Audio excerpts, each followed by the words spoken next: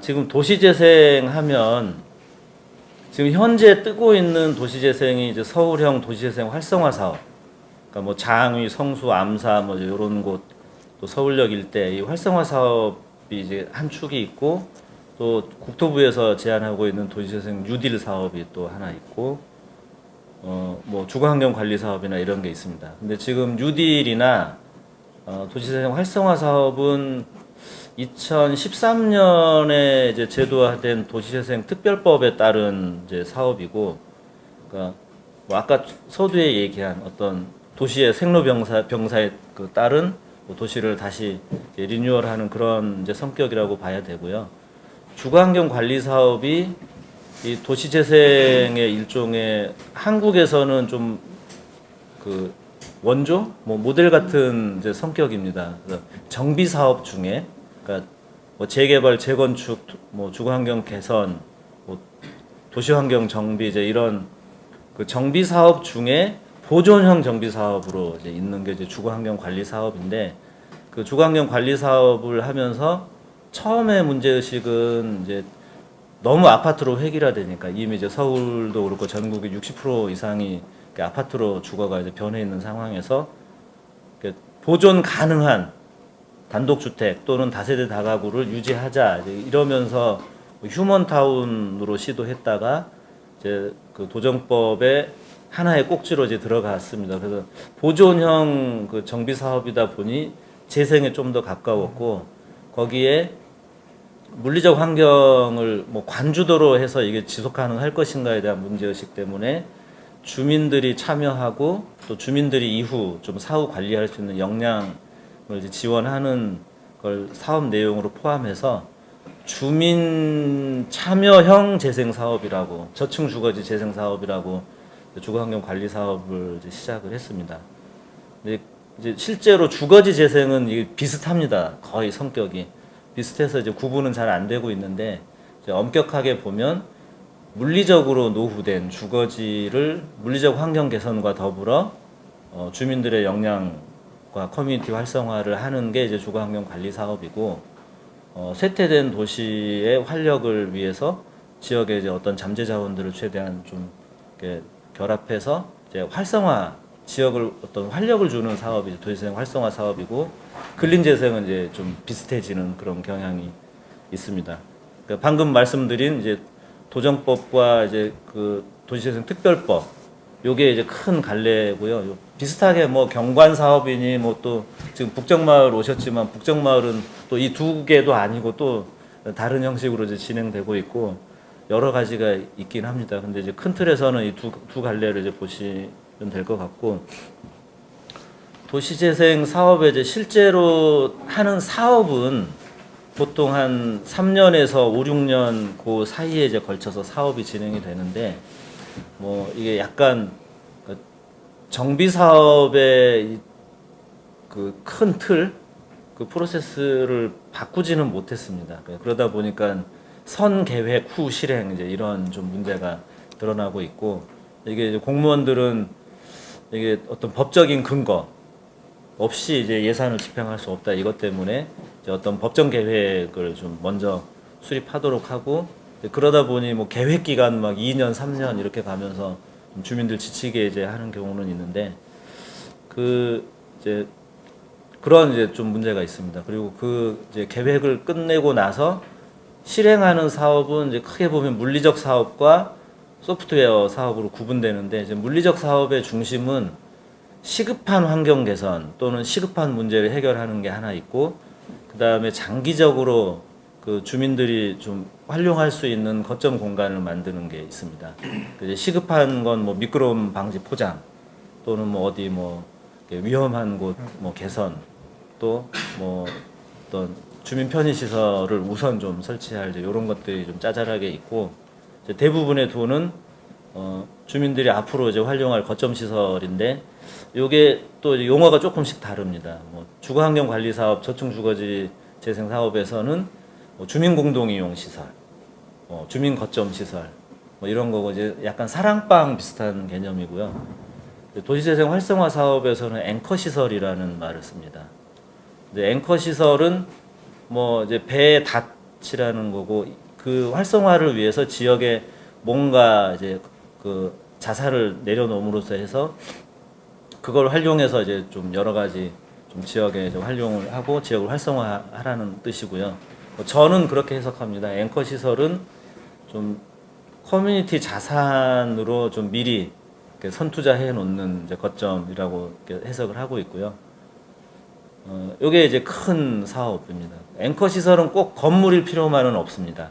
뭐 지금 원래 계획하고는 좀 목적하고는 다르게 가고 있지만 예를 들면 서울로 7017 같은 경우도 뭐 공중정원 개념이 아니고 서울역 일대에 여러 그 상권이나 이제 지역들이 있습니다. 뭐 서계동, 뭐 회현동, 남산동 뭐 이런 여러 6개 정도의 그 지역 상권과 지역을 연결시켜서 보행로로 연결시켜서 상호 좀 활성화하려고 했던 취지가 있고요. 근데 실제로는 뭐 그런 도시재생의 앵커 시설의 의미를 담고 있는데 아마도 이제 도시재생하고 아무 관심이 없는 공원녹지과에서 관리를 하느라고 이제 어떤 나무를 심을까만 관심을 갖는데 각각의 지역의 이제 그 어떤 콘텐츠를 어떻게 연결할 건지 그런 고민이 담겨져야 이제 진짜 앵커 시설이 될 거고 지금은 조금 아쉬움이 많은 그런 상태입니다.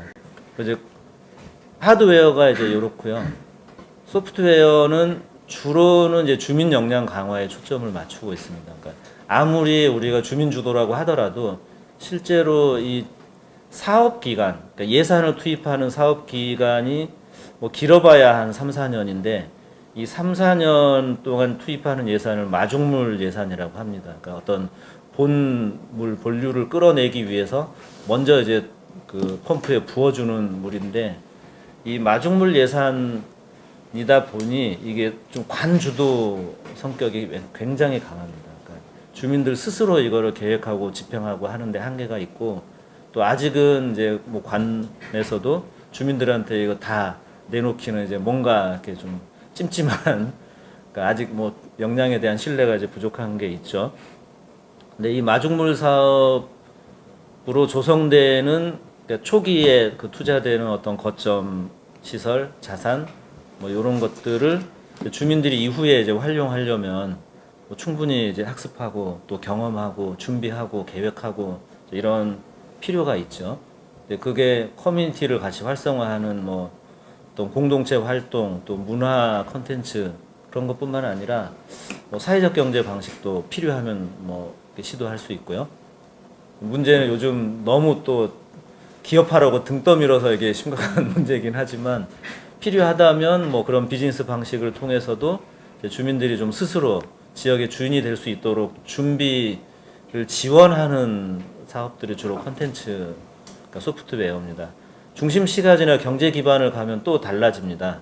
그쪽은 또 이제 또 다른 차원의 그 문제들이 있고, 가령 상권을 활성화하기 위해서 뭐 어떤 시설을 개선할 건지, 아니면 상인 그 뭐 마케팅 역량을 강화할 건지, 아니면 문화 콘텐츠를 결합할 건지, 뭐 그런 부분들이 또 다른 소프트웨어의 고민인데, 주거지에서는 주로 좀 그 생활권 내에서 주민들이 지역 문제를 스스로 발굴하고 해결하는 방법들을 찾아가고 또 그걸 위해서 조직화하고 또 이게 비즈니스 모델이든지 아니면 어떤 뭐 비영리 조직이든지 동아리든지 주민들이 그걸 움직일 수 있는 스스로의 조직을 좀 잘 형성할 수 있도록 지원하는 게 마중물 사업에서 소프트웨어 사업의 좀 종류입니다.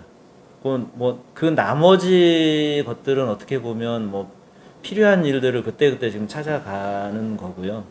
지금 도시재생에서 제일 이제 해결하지 못하는 그 두 가지 영역이 있습니다. 이제 그건 아직은 재생 사업의 영역으로 제대로 안 들어와 있는 건데, 하나는 이제 주거지의 제일 좀 현실적인 욕구들, 그 집수리, 주택 개량, 뭐 또 개별 단위 신축을 재생 사업으로 풀지 못하고 있는 게 이제 하나 있고, 또 하나는 도시 계획에 관련된 겁니다. 그러니까 구역별로 이제 하다 보니 또 예산도 그 도시계획까지 담기는 예산이 크기가 좀 작아서 뭐 가령 도로 문제 또는 뭐 어떤 공원 문제 뭐 그거 하나하나 해결하는데도 뭐 몇백억씩 이제 투입이 돼 버리니까 그런 도시계획 시설들이 그런 예산으로 해결하기 어려운 문제. 그다음에 또 하나는 구역 외하고의 관계. 여기 장애동만 하더라도 주변에 이제 해제 지역들이 많은데 그런 해제 지역의 뭐 도로 연결 문제랄지 뭐 아니면 생활 인프라를 서로 공유하는 문제 이런 것들이 좀 이렇게 권역 생활권 단위로 같이 종합적으로 다루지 못하는 게 도시재생 사업에 지금 현재 가지고 있는 한계고요. 아마 뭐 이제 조만간 이런 문제들이 또 공론화되면서 도시재생 사업의 툴이 또 한 번쯤 변해야 되지 않을까 싶습니다. 뉴딜 사업은 이제 제가 좀 설명이 이제 약간 좀 결이 달라서 뺐는데요. 그러니까 국토부에서 하는 뉴딜 사업은 이 도시재생 사업의 뭐 유형화를 좀 더 세분화한 걸로 이해하면 됩니다. 그러니까 뭐 지금 활성화 사업만 하더라도 제일 작은 덩어리가 32만 제곱 정도 장위가 그런데 10,000명 이상의 그러니까 뭔가 공동체를 만들기엔 좀 벅찬 이런 거고 그렇다고 뭐 어떤 생활권으로 계획하기엔 또 좁은 그런 문제가 있어서 뭐 우리 동네 살리기, 뭐 주거 지원형, 뭐 중심 시가지, 뭐 경제 기반형 뭐 이런 식으로 한 5개 정도의 뭐 사업의 그러니까 뭐 규모도 다르고 사업의 내용도 조금씩 다른 그런 세분화해서 좀 다양하게 지역에 대해서 좀 다양하게 좀 접근하자 맞춤형 접근을 하자 그게 뉴딜 사업이고요. 근데 실제로는 뭐 그런 문제의식을 살려서 진행하지는 못하는 것 같습니다. 이제 좀 보면 우선은 제가 느끼기에는 지방 정부들이 워낙 지금 심각한 상태니까 좀 그런 사업들을 배분해서 뭐 조금 이제 지방 정부의 그 뭐라죠 이렇게 달래기 뭐 또 좀 뭐 지역 균형 발전을 위한 예산 배분 이런 성격이 조금 더 아직은 앞서 있는 것 같고 지역에서도 어쨌든 이런 경험들을 하면서 도시재생에 대한 좀 뭐 경험과 시행착오를 거치면 좀 전체적으로 좀 조금씩은 개선되지 않을까 그런 기대를 해봅니다. 말씀하시는 중간중간에 나오는 용어들이 조금 어려우실 수 있을 것 같아요. 그래서 조금 보충을 해주시면 좋을 것 같습니다.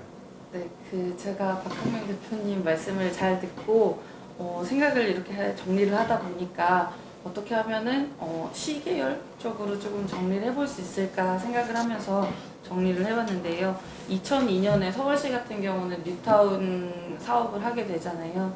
그 이후에 진짜 실제로 왕십리라든지 기름의 뉴타운이 되면서 재개발의 폭력성을 조금 느꼈던 것들이 있었죠. 그 다음에 연구진들이라든지 정책을 만드는 사람들이라든지 그럼 어떤 것들이 대안으로 제시될 수 있을까 하면서 휴먼타운이라든지 살기 좋은 마을 만들기 이런 걸 통해서 주민 참여를 해서 계획을 하는 것들을 시범적으로 운영을 해보게 되었습니다. 그리고 2012년도에 도정법 개정을 하면서 뭐 가로환경이라든지 뭐 주거환경 관리 사업이라고 이렇게 조금 더 이제 본격적으로 이제 법제화 해가지고 시작하게 된 거죠.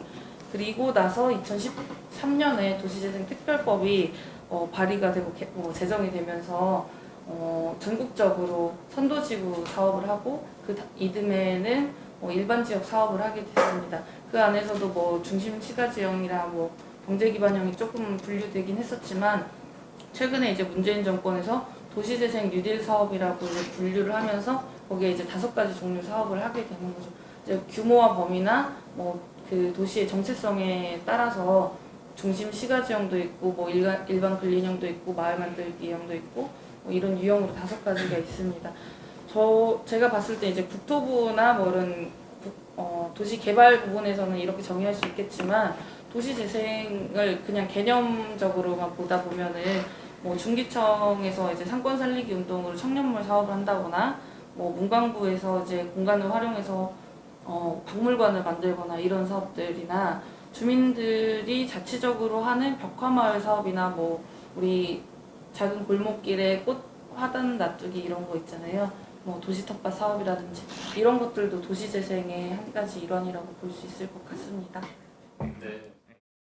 성북구에서 많이 진행된 게 주거환경관리 사업이라고 한번 보면 도시재생 사업 측면은 우리 박항현 대표님께 좀 넘기고 주거환경관리 사업을 진행을 좀 살펴보면 시작의 꼭지는 2008년이었어요. 제가 알기로는 2008년에 살기 좋은 마을 만들기로 시작을 해서 2011년, 12년경에 장수마을과 더불어서 이전에 했던 1차적으로 이제 초기에는 강동구, 암사동, 서원마을을 비롯한 몇 개 마을이 시범적으로 했었고 그건 아주 그냥 물리적 환경조성만 했죠. 시범사업 해내야 되니까. 이슈의 확산을 위해서.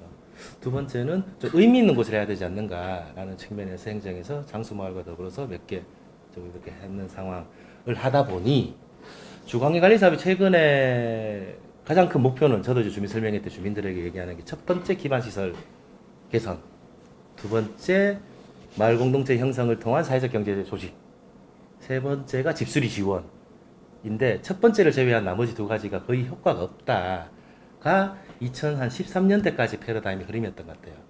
그래서 2014년에서 15년 사이에 서울시 도시재생 지원센터 비롯한 정책에서 희망지 사업을 통해서 이제 주거환경 개선 관리 사업이나 이제 이름도 바꿨어요. 최근에는 주거환경 개선 사업이라고 하거든요. 그래서 이제 주민의 이전에는 소외됐거나 낙후됐거나 제외됐던 대상지에 재개발 해제 내지는 뉴타운 해제 대안의 모색으로 주거환경 관리 사업이나 도시 사업을 했다라면 이제는 좀 주민의 역량을 좀 요구하는 어느 정도 담보가 되는 지역에 한해서 좀 하겠다라는 측면이 이제 2016년부터 시작을 했죠. 이때 중요한 게 저는 이제 얘기하다가 했던 게 이전에는 좀 뭐라고 해야 되죠? 신청을 하는 조건이 여러 가지가 있었죠. 그러니까 주민이 신청을 해서 지자체에서 올리거나 다양한 또 학생 공모전으로 369마을 같이 학생 공모전으로 주거환경 관리 사업 하는 게 있었지만 어찌됐든 저는 이제 369마을을 시작할 때 뭐 커뮤니티 비즈니스 이론에서 1년간은 그냥 공동체 합시다라고 2014년부터 외쳤었지만 제가 이렇게 두저리 이렇게 단계를 3단계 얘기를 하는 이유는 이제 행정에서도 어찌됐든 그러니까 도시재생 사업이나 주거환경 관리 사업을 하기 위한 담보로 희망지 사업을 했다라는 의미도 좀 약간 안타까운 의미도 있지만 반대로 보면 이제는 1, 2천이 아니라 8천에서 1억 정도를 주민 마음대로 한번 해봐라 라고 하는 역으로 좀 생각해 볼 수 있는 것도 있지 않는가 싶거든요. 무슨 얘기냐면 희망지 사업은 주거환경 관리 사업의 경우는 최대 8천, 도시재생 사업은 최대 1억 2천까지 공동체 활동만 해봐라 그래요. 공동체 희망지 사업의 최대 세 가지 목표는 첫 번째 주민 조직, 자원조사를 통한 주민 조직이고요. 두 번째는 역량 강화, 교육 프로그램 이런 거 진행하고, 세 번째는 마음대로 한번 마을 공동체 사업 해봐라. 그 사업 했는 걸 가지고 도시재생 사업이나 주거환경 관리 사업을 도전한다고 봤을 때 어찌됐든 희망지 사업이란 자체만으로 한번 보면 좀 어찌됐든 한 그간 한 5년간 행정 주도적인 아니면 좀 어떤 뭐 도시재생이라는 측면을 좀 뭐라고 해야 정책의 입안에 의해서 좀 했다라면 어찌됐든 지금은 좀 주민 아니면 시민에게 역량 강화 내지는 좀 어떻게 뭔가 우리가 좀 이뤄볼 수 있는 사회적 경제 생태계를 좀 시도해 볼 수 있는 기회는 좀 마련됐다. 지금 현재 시점은.